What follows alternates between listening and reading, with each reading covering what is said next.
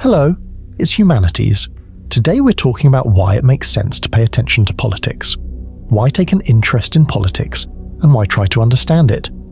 The question is not trivial, since a very common view, shared by at least half of humanity, runs roughly as follows. I don't care about politics, and I have at least 3 reasons. First, it has nothing to do with my life. Whatever those in power say and argue about does not concern me personally.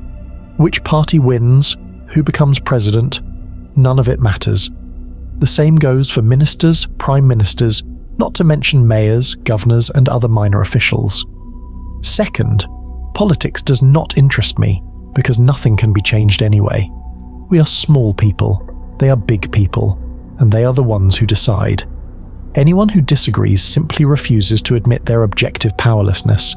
Third, no matter how much you try to understand it, you never will, because all politicians lie and all media are bought, if not by one side, then by another.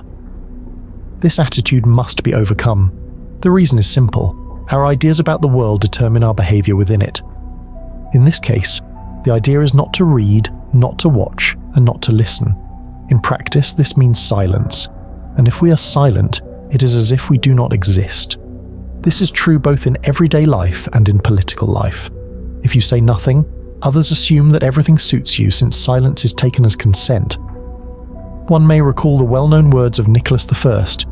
In Russia, everything is silent, therefore all is well. It always seems so, but is it really? In his case, it was not, and there is every reason to believe that it never is. Politics has a direct impact on your life, your personal life. The quality of the water you drink and the air you breathe, the presence or absence of hospitals and kindergartens in your area, road safety, wages and prices, the tone of a clerk at a public office, your utility bill, life expectancy, the ability to travel abroad freely, access to Wikipedia. Politics is literally everything that surrounds you and that you encounter daily. Your everyday life, your personal well-being and comfort, these are shaped by that same president, those same ministers, mayors and governors, those same parties, their debates, laws, and initiatives. If you continue to believe that nothing will work out, then nothing will work out. This is certain. The same logic applies everywhere. I won't get into university. I won't find a job. I won't earn a certain income.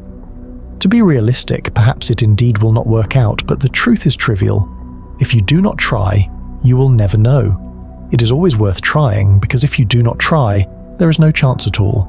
If you do, at least some chance appears.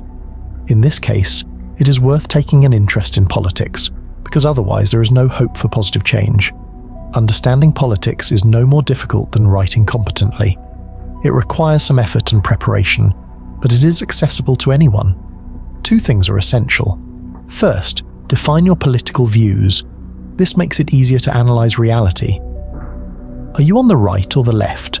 Do you support workers or entrepreneurs, a strong state or freedom of speech?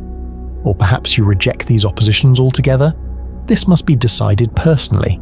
If it is still difficult, then this text is precisely for you. Second, it is often unnecessary to know who tells the truth. It is enough to know who is lying. In most cases, this can be determined. Finally, there is another reason to take an interest in politics. To be a human being, not an indistinct mass, not a mindless creature, but a thinking individual with opinions and demands, aware of rights and responsibilities, who seeks to live more prosperously, more freely, and more justly, and who is prepared to act for it. I do not like quotations, but one is unavoidable. Man is a political animal. It is worth remembering this, and this is Humanities. Subscribe here and on Patreon. Videos come out earlier there along with the texts. See you in the next one.